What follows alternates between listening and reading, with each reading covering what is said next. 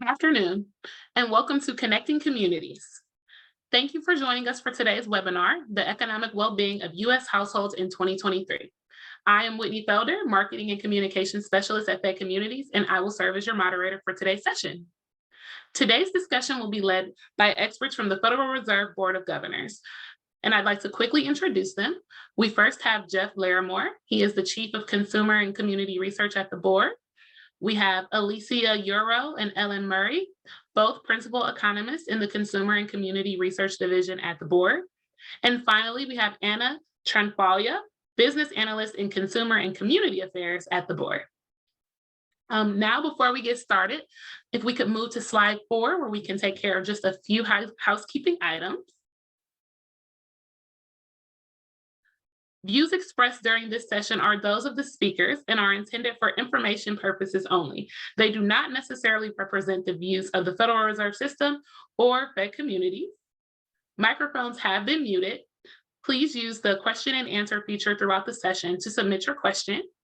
We promise to get to as many questions as possible during the Q&A portion of today's presentation. I invite you to keep the conversation going and engage with us on X, formerly known as Twitter, using the hashtag Connecting Communities, and visit fedcommunities.org for a variety of CD articles, resources, and data from across the Federal Reserve System. And finally, this session will be recorded, and the presentation and the video and all resources will be available on fedcommunities.org within the next 2 weeks, usually up today, so the next 2 weeks. I will now like to turn this presentation over to Ellen Murray. Ellen, the floor is yours. Thank you, Whitney. We're really happy to be able to share these results with you today. If you can turn to slide 6, I want to talk about some of the approach that we have taken with the SHED survey. This is our 11th year conducting the survey. We survey a nationally representative sample of over 11,000 people each year. And the results we're presenting today focus on the most recent survey, which we fielded in late October of 2023. So they give us a picture of the financial circumstances of U.S. adults as they headed into the new year. The goals of the survey are that we combine subjective and objective information for a fuller picture on how people are faring financially. We also ask about people's motivations for their financial decisions, such as the reasons why people rent. And we have the flexibility to cover some new and emerging issues. For example, this year we added new questions on food sufficiency, on caring for children and for aging or disabled adults, and on homeowners insurance. And we'll touch on some of the results from those new questions in our presentation today. Finally, I want to note that all the reports from the 11 years of the survey and the underlying data are publicly available on the board's website. And you can see the link at the bottom of this page where you can find all those resources, and hope you will check that out. So turning to slide 7, I want to highlight a few key takeaways from the results we're presenting today. First, as I mentioned, the results we're presenting are from the survey we fielded in October of 2023. So the results from that survey showed that financial well-being then was similar to what we saw in 2022, yet remained well below the recent high that we saw in 2021. Inflation continued to be a major concern for many families, particularly the cost of food.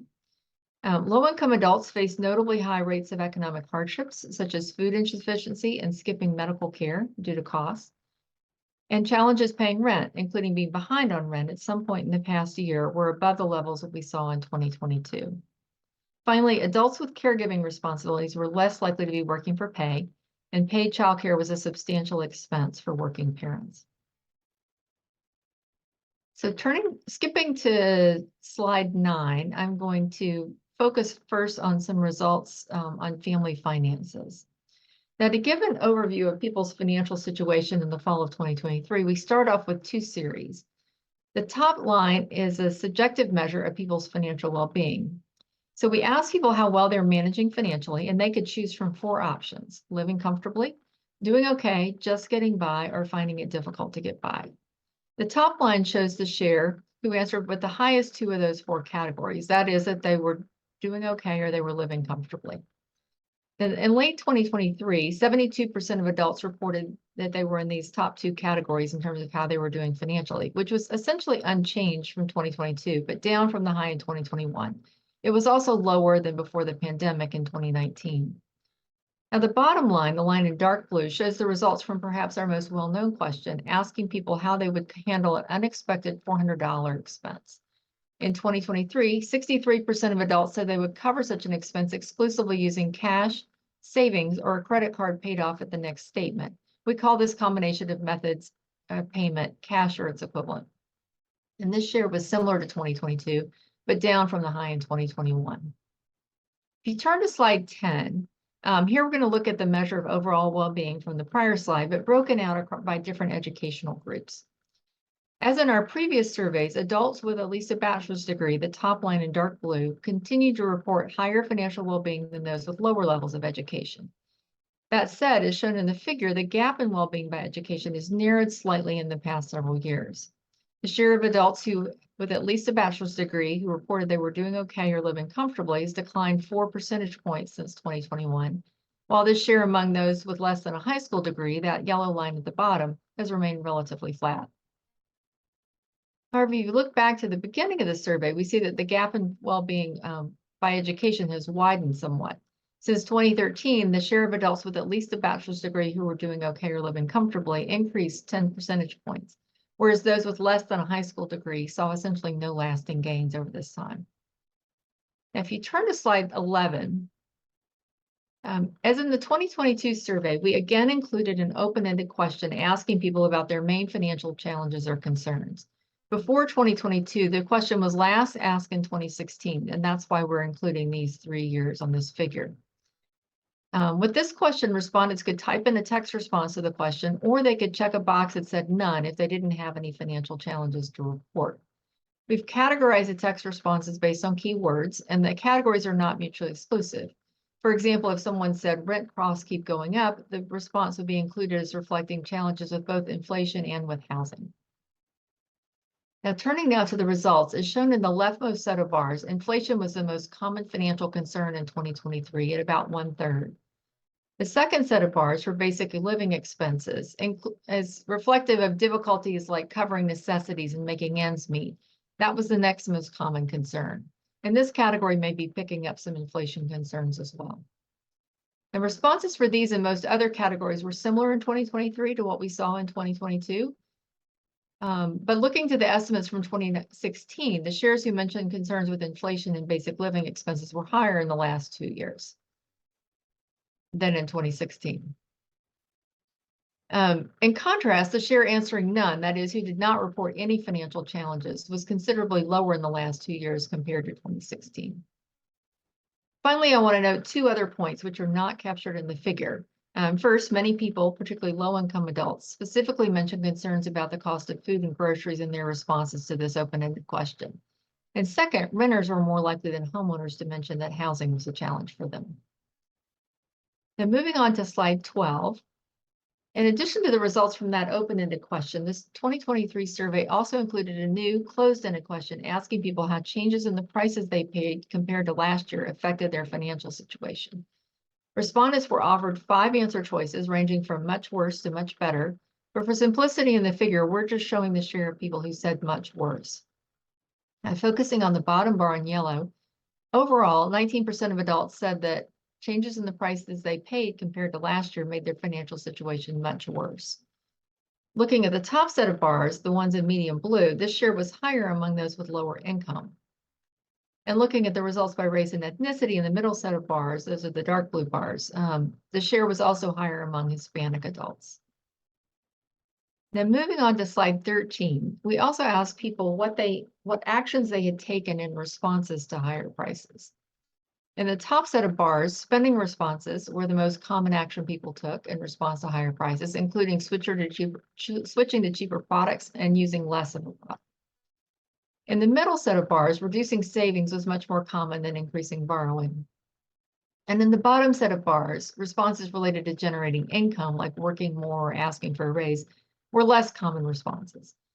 And note that ask for a raise here reflects only those people who said that they specifically asked for a raise in response to higher prices. Now, we also fielded this same question in 2022, and we've included the results from that year in this figure as well. And compared to actions that people reported taken in the prior year's survey, in 2023, people were less likely to report that they were changing their spending in responses to higher prices, and also less likely to say they reduced their savings, but they were slightly more likely to say that they asked for a raise. Now, moving on to slide 14. In addition to the open-ended question I talked about before about people's main financial challenges or concerns, SHED includes a number of other questions that provide insights on a range of different challenges that people can face. And skipping medical care because of cost is a type of hardship and one that we're able to track over time with the survey. So if you look at the right end of the figure, in 2023, 27% of adults went without some form of medical care because they could not afford it, which is similar to this year in 2022, but up from 2021.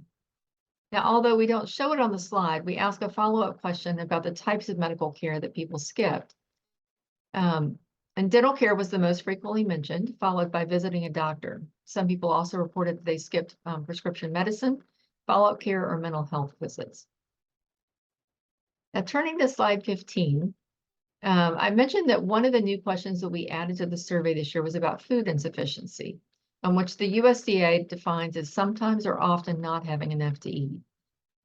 To help paint a picture of the economic hardships that people face, on this figure, we included the results from that new question, which are shown in yellow, along with the inability to pay bills in medium blue in the middle, and skipping medical care due to costs in dark blue.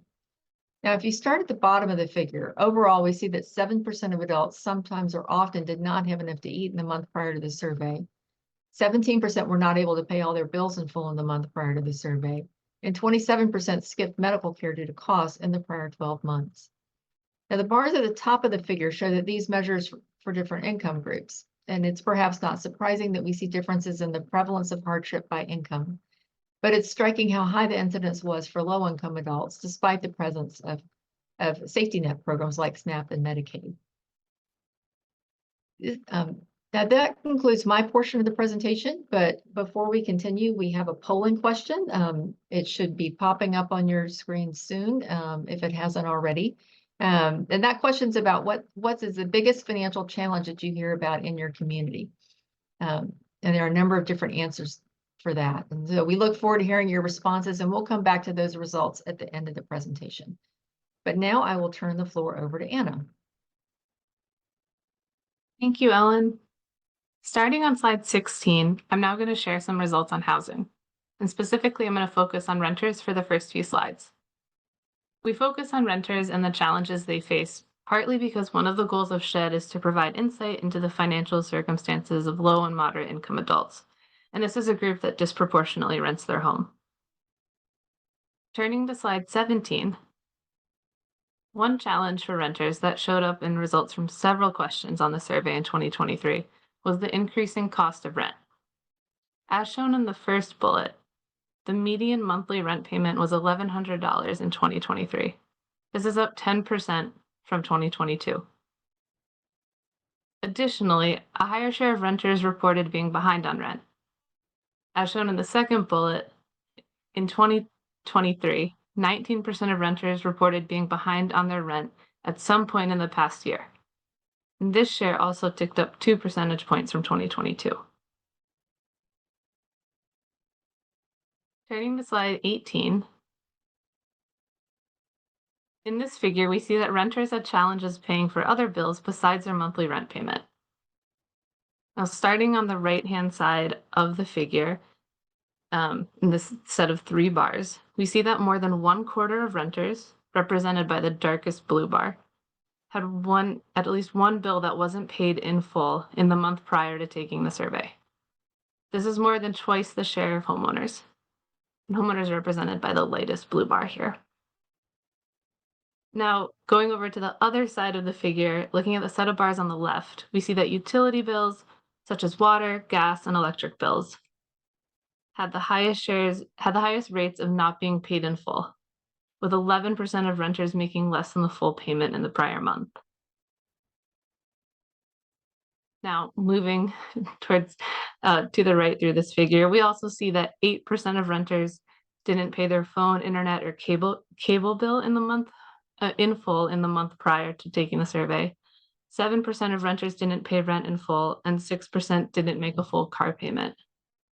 In fact, for each of these general bill categories in this figure, we see that renters were less likely than homeowners to pay these types of bills in full. Moving on to slide 19, we're going to return our focus to monthly rental payments. In this figure, we see that renters who moved in the past 2 years, and this is represented by the lighter of the two blue shades here, had higher rent payments compared with those who moved before that. This group is represented by the dark blue bars. This was the case both overall and across different regions of the country. It is important to note, however, that in addition to reflecting changes in rent prices over time for new leases, these differences in rent prices for those who moved recently or in the past 2 years may reflect differences in the types of units that these renters chose to move into. Even so, these results are consistent with the increase in overall rent that we've seen earlier in the survey.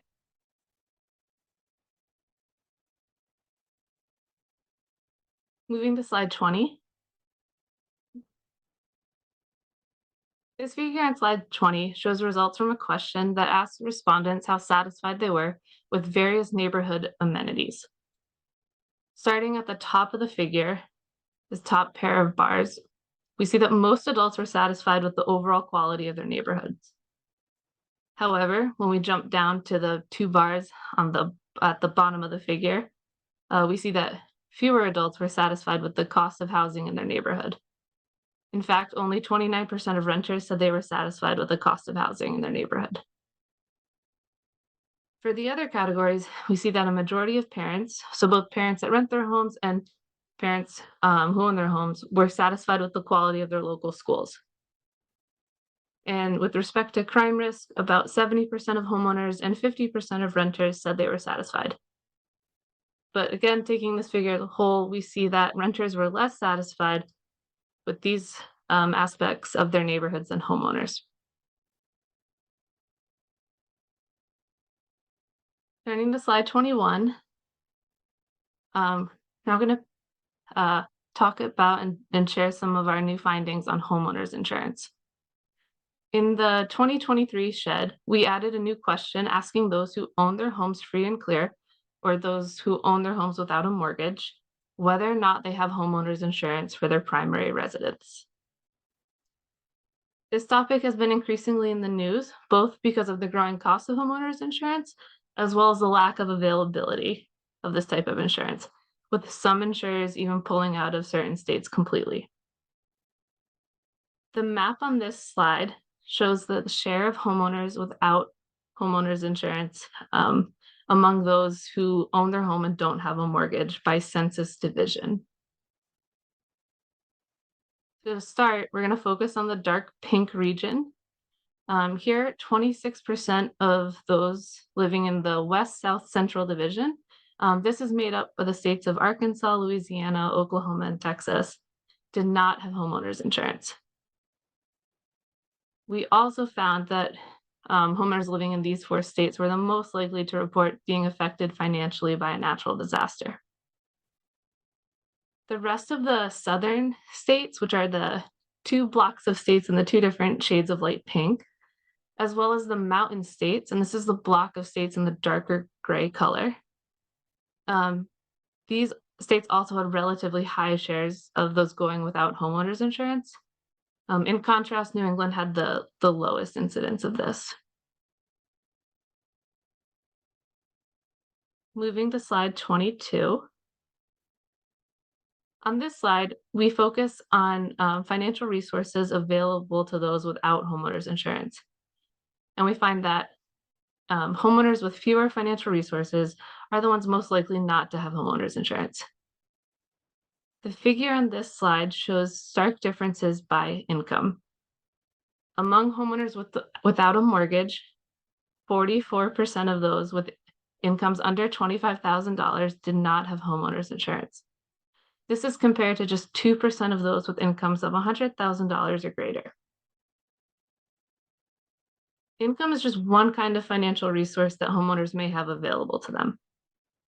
Although not shown here, we do have another question in the survey that asks people about their other assets, such as savings accounts, retirement accounts, or other equities. We find that homeowners who list no other types of financial assets are more likely to go without homeowners insurance. So, taken together with the results on the previous slide, these results generally suggest that homeowners who are most at risk are also most likely to not have homeowners insurance. And before I hand it over to my colleague, Alicia, I just want to add one more reminder that if you have any questions about what's been covered or anything else, please feel free to add them via the Q&A tab on the right, and we'll do our best to answer these after the presentation. Thank you, Anna. So for the rest of the presentation, I'll be covering caregiving, which was a new topic on this year's survey.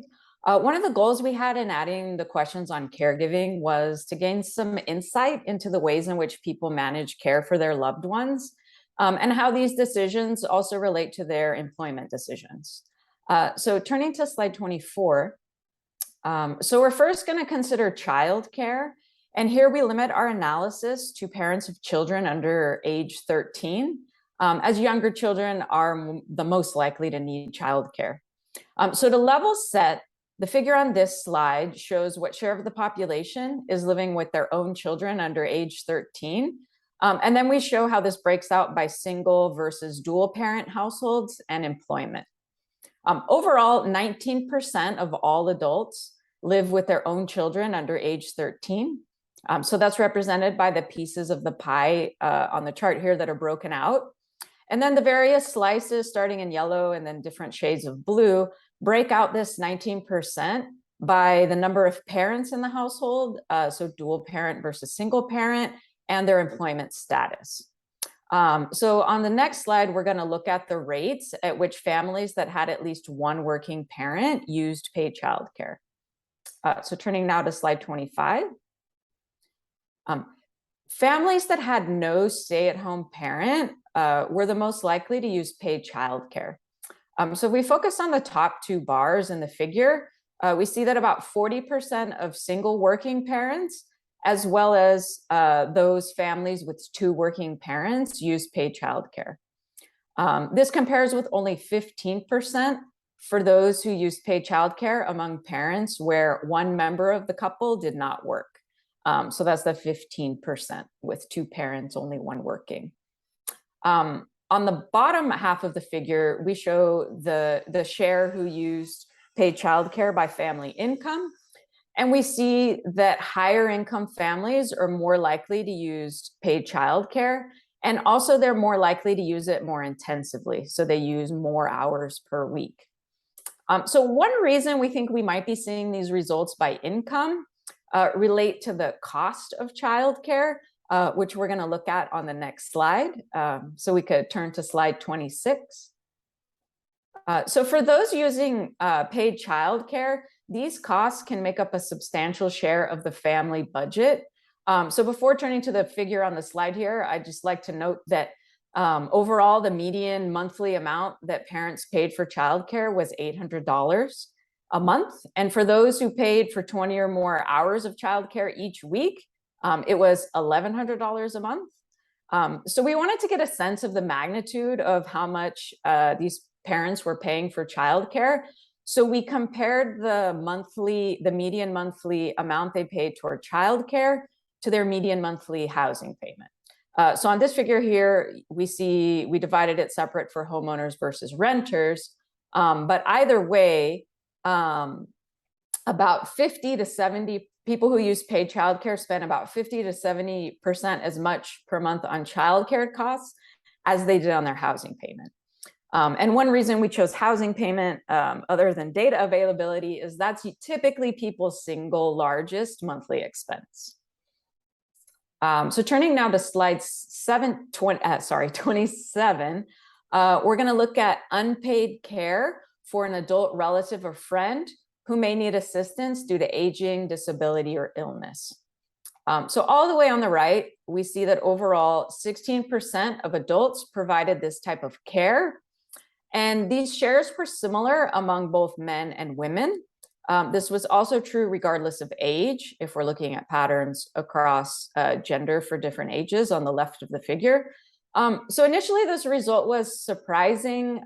It certainly wasn't what I expected to see. And it's also different from what we see about unpaid care for children, where we don't present that here, but we have another question on the survey that asks those living with a spouse or partner who typically provides the care for the children when they're at home.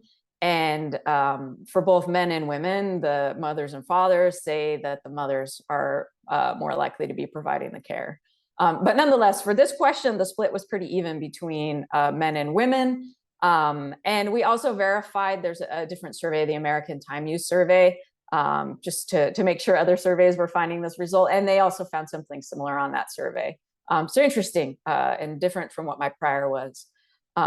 So on the next slide, we're going to zoom in on the middle age of groups, prime age adults, those ages 25 to 54, to look at some of their employment outcomes. So like childcare, providing regular care for other adults can affect one's ability to do other work for pay. Unpaid caregivers, particularly those who are providing daily care, were less likely to be doing work for pay. So as we note here in the first bullet, among prime age adults, 32% who were caring for another adult did not have a paid job. This compares with 24% of those without these caretaking responsibilities.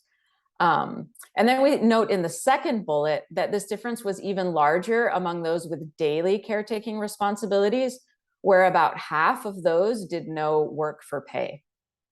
So turning now to slide 29. So that wraps up all of the prepared content that we have for today. In the full report, which is posted online, we cover many more topics, as noted here by the boxes shaded in blue. So the report has a chapter on employment. We also include banking and credit, retirement investments, higher education and student loans, as well as a chapter on income. We also have more information in the report on the topics that we presented today than we had time to present here today. So now I would like to hand things over to Jeff, who's going to help in moderating a Q&A session. All righty. Thank you, Alicia. And thank you, Anna and Ellen. We have a lot of time for questions today. So I'm really looking forward to trying to get through as many questions that all of you have as we're able to in the roughly half hour that we have to chat with you all. First, I want to turn back to the polling question that Ellen asked you earlier about the largest challenges that you all are hearing about in your communities. And two areas really stood out from that question, particularly people talked about housing and people talked about inflation as two areas that were really notable challenges they were hearing about. So with that, given that those were two areas that are particular concerns, I wanted to start with a question about housing, which is whether you have any information on how costs for homeowners have been changing and what the barriers are looking like for renters who are looking to buy. So Anna, can I pass this question to you in terms of the barriers to homeownership? Sure. So the SHED also asked homeowners about their total monthly mortgage payment, and we asked specifically about the number or the total number that you send to the bank, which usually includes your escrow payment, which includes a mortgage and property taxes and homeowners insurance. And we know from other reporting and other data sources that the cost of homeowners insurance is increasing as well as property taxes. However, we don't in the survey ask homeowners directly about any of these items, unfortunately. So while we may be indirectly picking up some of these increased costs of homeowners have been facing, it's going to be pretty hard to tease them apart in the SHED data. The second part of that question, barriers to homeownership, there is a question about asking renters why they rent. And some of the biggest issue or the most common reasons given are financial. So it's challenges saving up and affording a down payment, concern that they would be approved for a mortgage, or also just concern or challenges about covering just a monthly mortgage payment. Great, thank you. So I said that the other area that really stood out in the challenges people are hearing about is inflation. And a question that we got that ties into that, which I'll pass to Ellen, is the $400 question has been a question that comes up a lot, has been really been a focus of the survey. And so we got a question asking us, where did the $400 come from, and have we thought about adjusting it for inflation given these challenges of higher prices that people have? Sure. Yeah, the $400, the idea behind using that $400 number was to try to get at the type of expense that people might have to kind of cover out of the blue, something like a car repair or an appliance breakdown or this sort of thing. We did explore whether or not we needed to change that in the 2022 survey. So that's 1 year's prior, not the most recent one that we fielded. We did a little bit of a test, a split sample test, where we asked a fifth of the respondents the same question, but with $500 in it instead of $400. And the results were very similar. It was only different by about a half a percentage point of the share who said that they would cover it by cash or equivalent. So for right now, we've kept the amount the same, thinking that it's more or less picking up that the spirit of what we were trying to get at with the number. Thanks. So we have a couple of questions that have come in about multiple job holders, particularly thinking about the information, Ellen, that you presented, showing the number of people who took on an extra job to make ends meet, and that the percent was relatively low.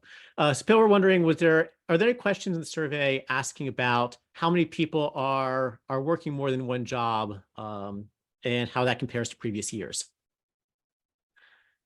Ellen or Anna, I think that either one of you can take that one probably. Anna, do you have it? I could start. We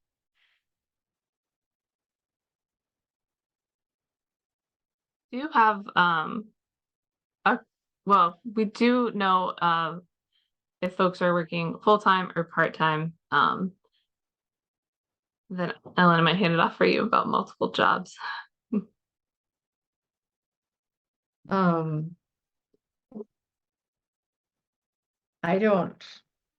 mean, that was in the inflation chapter about working more or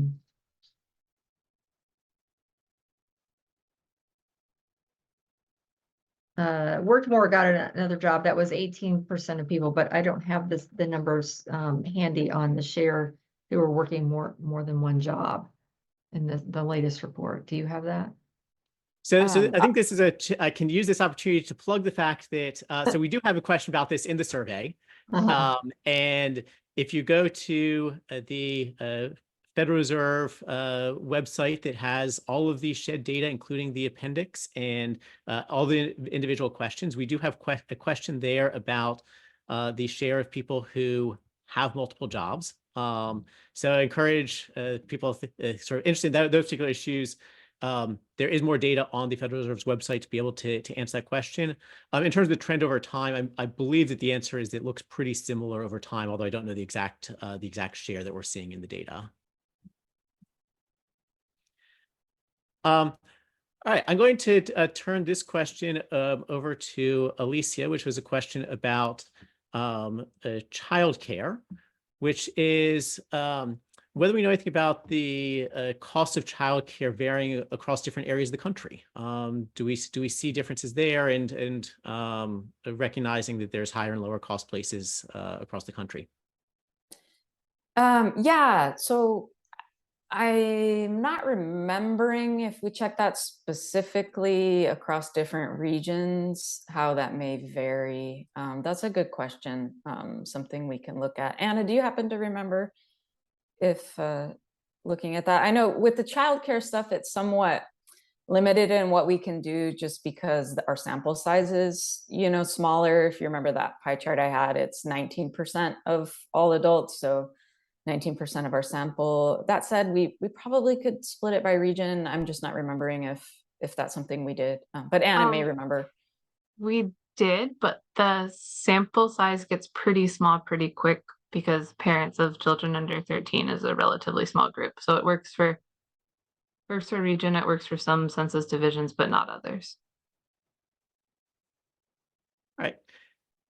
Thanks. And that leads, I think, actually into another question we have about some of our, the methods and what we're controlling for in the analyses. So had a person who was wondering what, as we are designing the survey, what's being controlled for? Are we normalizing for region? Are we controlling for the race and ethnicity of the respondent to be nationally representative? So can you share anything about what those controls look like that are going into analyses? And Alicia, I'll pass this one to you if that's okay. Sure. So the survey is designed to be nationally representative, and we do weight it. If you look in the methodology section of the report, we list the variables that we weight on, but it's weighted to the March supplement of the CPS on income. We also weight by race, age. Am I leaving anything out? So that's sort of the weighting of the survey, so that generally our sample of 11,000 responses that we get is to be nationally representative. For the various estimates that we present here today, sort of behind the scenes, we do often account for other factors, but this is more of a case-by-case basis, sort of what makes sense for the question that we're looking at. So there's really like no single answer there. But often if we're looking at a housing thing, we'll split it by renter or homeowner, or we'll look urban versus rural. And I mean, there's just so much content for each thing. We can't necessarily say what we've controlled for or looked at. Generally, what we present are sort of raw means, unless we specifically say, oh, this is for a renter, or this is for a Black household, or someone with a bachelor's degree, so on and so forth. But we do look at things behind the scenes. So if you have specific questions, we can hopefully answer those. Thanks. And another methodology question for you, Alicia. When we say that we surveyed 11,000 people, is that the number of surveys distributed, or the number of responses received? And how does this number represent the state of the average American given the population size? Yeah, thanks. So the 11,000 is the number of responses that we receive. So the survey goes out to more people than that. That's the number of responses. And as I said before, the sample is designed to be nationally representative. A fun fact of statistics, it does the sample size that you need. It doesn't depend on how large the sample is that you're sampling from. So it may be a little bit counterintuitive. So with the 11,000, we have pretty good precision in our ability to produce estimates for the population as a whole for the nation. Great.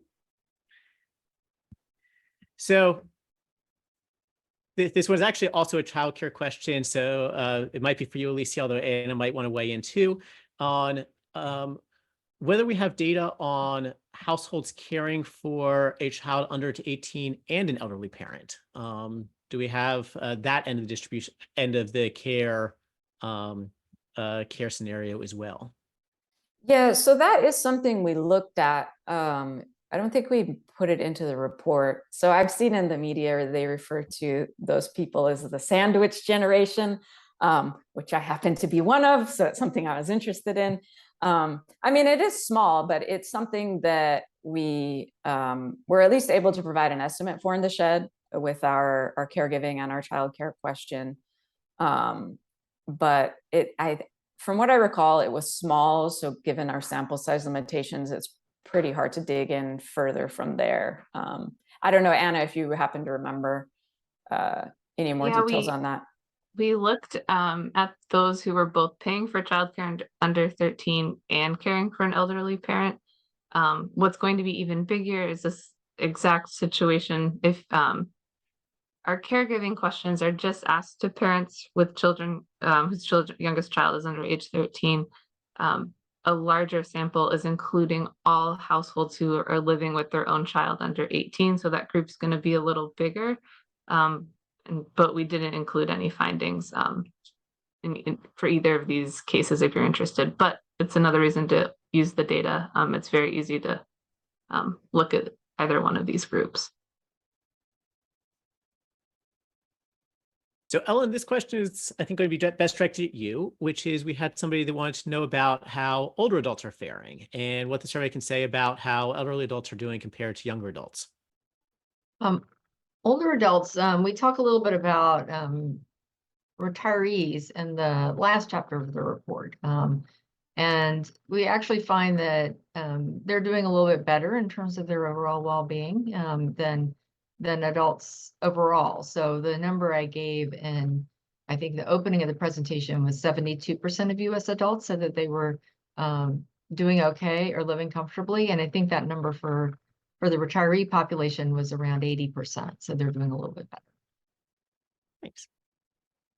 So there's a couple of questions that people have had about other topics covered in the report, including whether the report covers anything on insurance, except for other than homeowners, so other types of insurance, and whether it covers child care subsidies. So a couple of different areas people are wanting to know, like, are we covering these? Do we cover these other topics? And wanted to take this actually to ask a slightly broader question to Ellen or Alicia about the process that goes into choosing what goes into these questions. So can you talk a little bit about what the way that you all are thinking about what questions to include each year? I could take a stab at the what questions we include.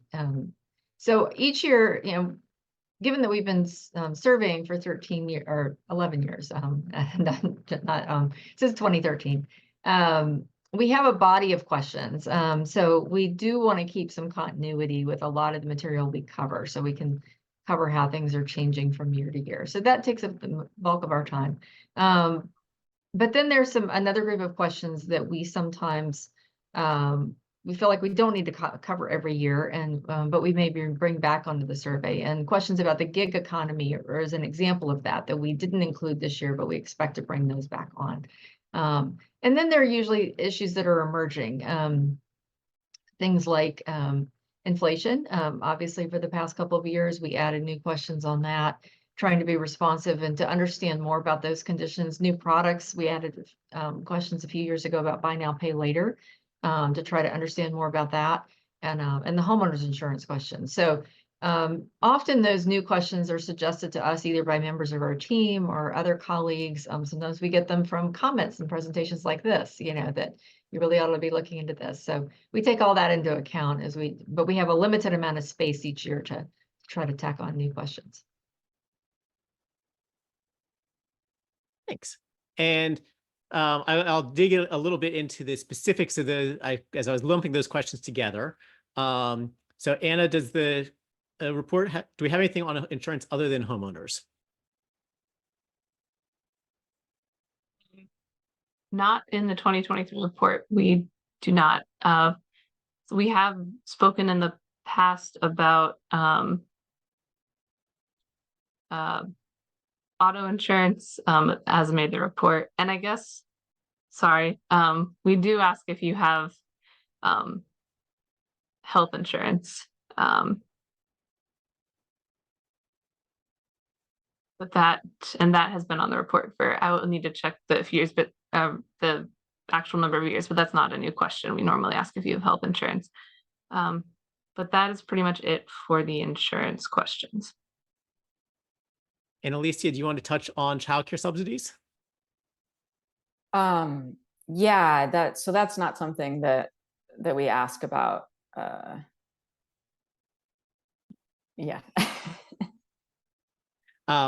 But we are in the process at this point of thinking about next year's survey as well. So if there's areas like that that you all are interested in, there will be a question at the in your post the survey after this session, asking about questions that you think would be questions and topics you think would be interesting to include either in this presentation next year or in future surveys. So topics like that you think would be interesting, please let us know, because that will be helpful as we're planning for next year. And I'm going to pass the next question to you, which is whether there's any question in the survey about the effect that climate is having on financial health, and looking at the effects of natural disasters on how people are faring financially. We have a few questions. We've had a few questions on natural disasters and extreme weather for a few years. This year, in the 2023 survey, we first asked everyone if they had been financially affected by natural disasters or severe weather. We followed up with a second question where we gave survey respondents multiple options and they said yes or no. So we kind of limited the set of ways that they could be financially affected by natural disasters and extreme weather. So we kind of two questions, one where we just let the respondent say, yes, I have, no, I haven't. It cover a lot of cases, and another where you can actually see the shares of people who say that, yes, I was, and it affected me this way. Thanks. So Alicia, this next question is for you, which is we have a question wanting to know about the raw survey data. At what geography are people able to do analyses with the data that we're putting out publicly? Thanks. Yeah, so the lowest level of geography that we put out publicly is state. So you're able to have state and then anything up from that. So Anna presented the map on homeowners insurance by census division. We also have census region. There's 4 of those. We also showed some results by that. The internal data we have goes down to census tract, but for confidentiality reasons, that's not something we can release publicly. Also, just a caveat. So we do release data at the state level, but you may not be able to have like a lot of a sample for every state because it's not designed. We just don't have the sample to be representative for each state. So I don't want people to be disappointed out there if they're going in looking for Wyoming and no, it's not. There's not enough. I picked on Wyoming. Maybe there is, but I don't know. That's always a good concern to keep in mind whenever working with the data, is making sure that there's enough sample to be able to say something meaningful. Yeah, it's one of those annoying things we say when people ask questions that we don't have the sample, but yeah, it's important. Ellen, this next question is for you, turning back to the $400 question that we talked about earlier about how people would handle emergency expenses, and whether you consider people putting it on a credit card is equivalent to cash, and if so, why?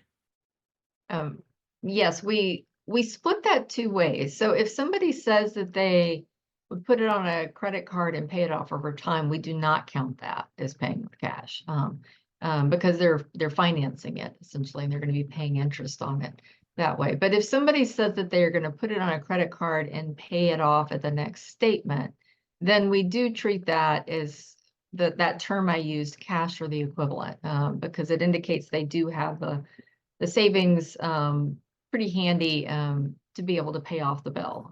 So they aren't using credit as they're using the credit card probably more for convenience than they are as a source of credit. So that's why we split it that way. Thanks. And Elisa, I'm going to turn back to you for a question about actually a couple questions about banking and finances, or banking and credit. So last year you had questions on the survey on buy now, pay later products. And did you continue to ask about that? And what are you seeing in the trends for buy now, pay later? Yeah, thanks. So we did continue to ask about buy now, pay later. We saw an increase in buy now, pay later use, but I wouldn't characterize it as huge. I'm forgetting off the top of my head, but a couple percentage points. And I think we also continue to ask reasons why people use buy now, pay later. And those have largely remained consistent since we started asking the question. Most people say that it's convenient. That's the top one. One thing that was notable about the reasons is that those with lower income were more likely to say that it was the only way they could afford it, is why they use buy now, pay later. And just even in the overall population, if I'm remembering right, I don't have the numbers in front of me, but it was around half, I think, that gave that response, that they use buy now, pay later because it was the only way they could afford it. So yeah, so we have quite a bit on buy now, pay later. That should be in the full report. And then your second question. I had not got so I hadn't given you my second question yet. So oh, second okay, question, that's why I don't remember. The second question related to banking is what we see on banked and unbanked populations in the survey this year.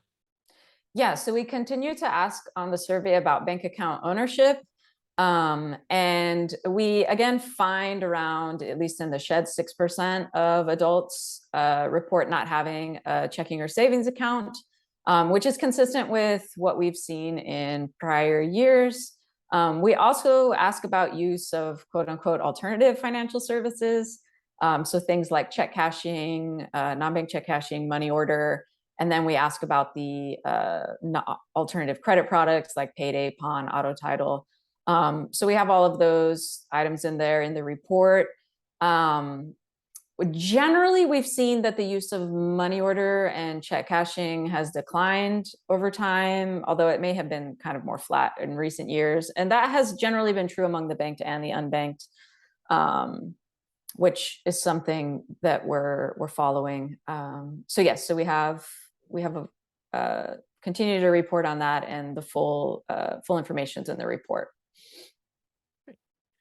This next question is a great question for all three of you, actually. I'd be interested in your perspectives on, which is, what do you think is the most important aspect of the survey this year that really jumped out at you as either interesting or surprising? And Ellen, can I start with you on that?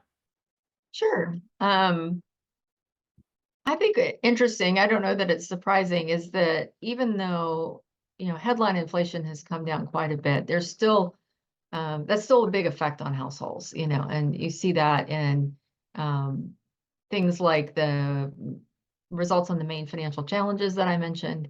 And, even though the share of people who are taking actions based on inflation is down slightly, it's still pretty high in terms of people moderating their behavior. So I think that was noteworthy to me. Thanks. Anna? I think one important set of findings were just on how renters were faring. If you study renters, you know that this is sometimes a difficult group to get data, timely data for. And so it's nice when the shed comes out yearly and we can see and clearly identify renters as opposed to making some assumptions about who might be renting, but look to see how they're faring. And we included some of these results in the report, but if you use the public data, you can look at how renters and homeowners are faring across a lot of different multiple outcomes in different like student loans or healthcare or other things. So I think focusing on renters was helpful because the cost of rent has gone up and we are seeing challenges that they're facing. Thanks, absolutely. And Alicia? Yeah, so I might take two if I can cheat. But so I definitely agree with Ellen on inflation. So going into this, like when we first get the data, there was, and there's kind of still is, this narrative around the economy by lots of measures looks like it's doing really well, like employment is going strong. And why has consumer sentiment been so poor? Why do people have such a negative view on the economy? And when I looked at the data and then I saw the results on in like this sort of what are your main financial challenges, and you see inflation was just about the same as last year, even though the official number's gone down. It's like, oh, aha. This is me, Alicia speaking, not the Federal Reserve. I was like, oh, it seems like, it's inflation. People are still really like, whether wages have risen or not, but that's how they're feeling about it. And so to me, that kind of spoke to that puzzle a little bit, especially if you dig into like what their answers were. So we noticed a big, like an uptick really in people specifically this year mentioning the price of food and groceries as a main financial challenge. And then as Anna mentioned, renters, were facing higher rents and really struggling. So again, me, Alicia speaking, like people are like seeing higher food costs, higher housing costs. Those are like, two of the basic necessities for surviving, food and shelter. So that kind of, I don't know, it made a lot of sense to me why, if that's how people are feeling. And then cheating a little bit, the other thing that really stood out to me was the result on homeowners insurance. So we sort of, added that question. We've been hearing a lot about homeowners insurance, and that seemed, we're always constrained for space on the instrument, but that seemed like a quick hit. And I personally was surprised at how high it was for those going without homeowners insurance among those who own. And then when we saw the patterns by income and other financial resources, and also just where in the country, I mean, in hindsight, it makes sense. It's like, oh yeah, the places with, lots of disasters or severe weather, their rates are probably really high and they're not gonna have insurance. But nonetheless, it was surprising, and I think it's important because we probably worry about those folks. And I'm just noticing the time, so I should stop there. Thank you. All right. Well, thank you, Alicia. Thank you, Ellen. Thank you, Anna. Really appreciate all the insights that you were able to provide with us today. And with that, I'm going to pass things over to Whitney.